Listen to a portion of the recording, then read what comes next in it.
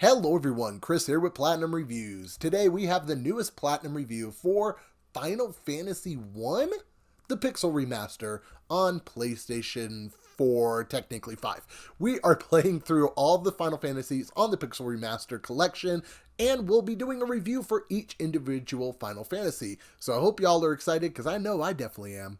What that means for you is be sure to subscribe to the channel because you can get a review for 6 separate Final Fantasies. I do have other reviews for other Final Fantasies on my channel as well, but if you're wanting a review for each individual Final Fantasy in the Pixel Remastered collection, this is where you go.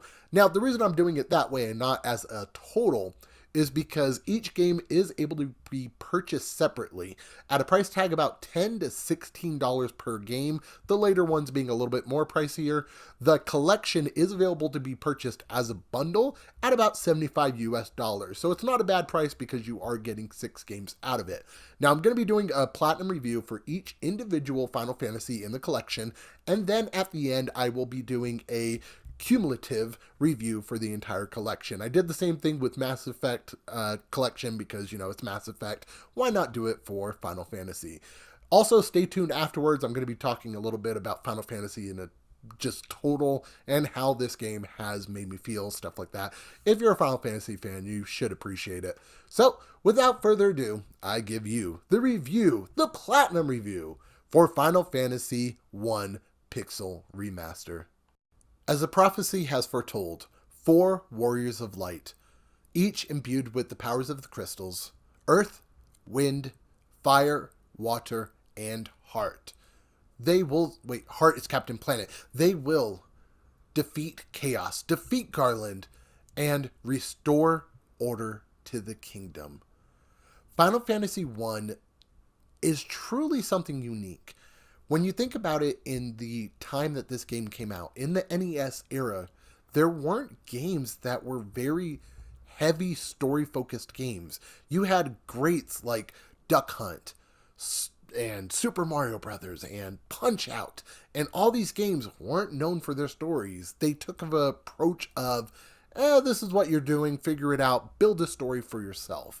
Final Fantasy didn't do that. Final Fantasy was like, hey, this is what you're doing, and it guides you along so beautifully. Now, I won't say Final Fantasy 1 is the greatest story ever told or anything like that, but for its day and age, in the time that it came out, Final Fantasy 1 is truly something special, and the story is pretty good and holds up to this day. The hardest thing about Final Fantasy isn't the fact that some of the bosses are difficult or anything like that, grinding.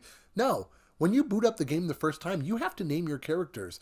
And I couldn't think of anything. So Byron and Hilda, unfortunately, came along on my journey. That's not saying much because they absolutely killed it. But don't ask me to name characters in a game. That's what I figured out from Final Fantasy 1. Now, to be transparent, Final Fantasy does have a boost mode that they added for the Pixel Remaster.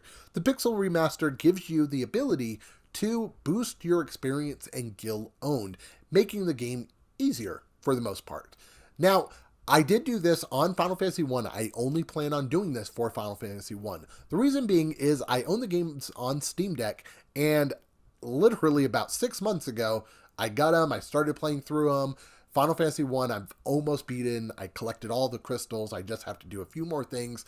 I said, you know what, since I've already played through most of this game, might as well just use boost mode to get back to where I was supposed to be originally.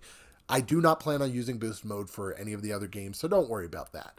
Now, boost mode, if you are having troubles, if this type of game style isn't really your cup of tea, I really think that boost mode does a great job at allowing just the average gamer, the people that don't really like turn-based combat, the ability to experience the original Final Fantasies.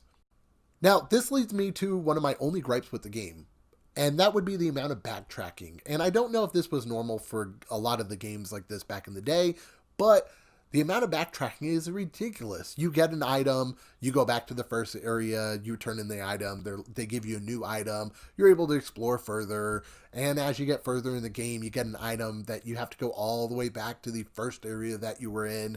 There's just way too much backtracking. It doesn't really take away from the game too much, but it is a big annoyance, especially late game. The music in Final Fantasy 1 is truly something special.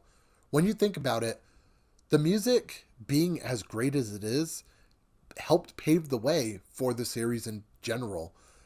We've grown to expect amazing music from Final Fantasy, from JRPGs, and it's all thanks to Final Fantasy 1.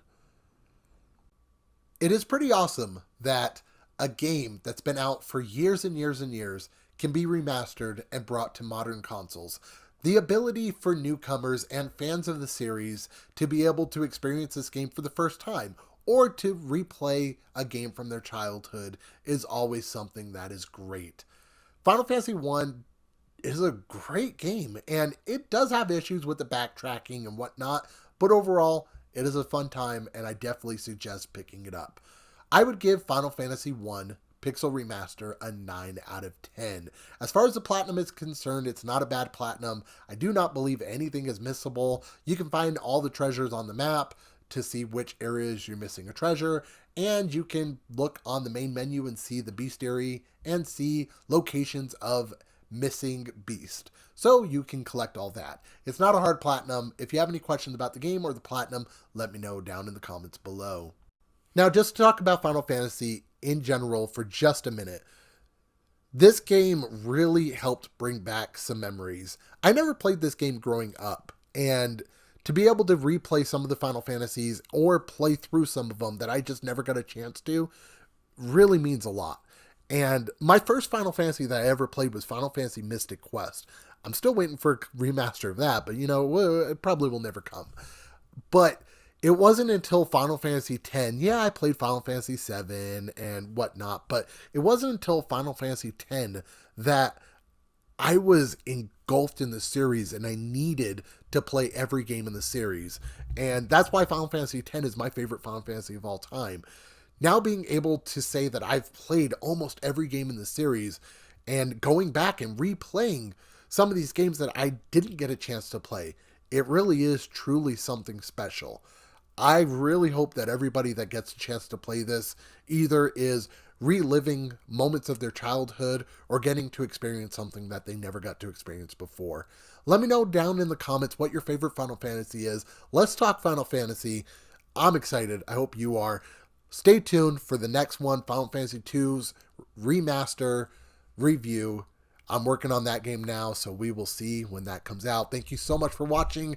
This has been Chris with Platinum Reviews. I'll catch you on the next video.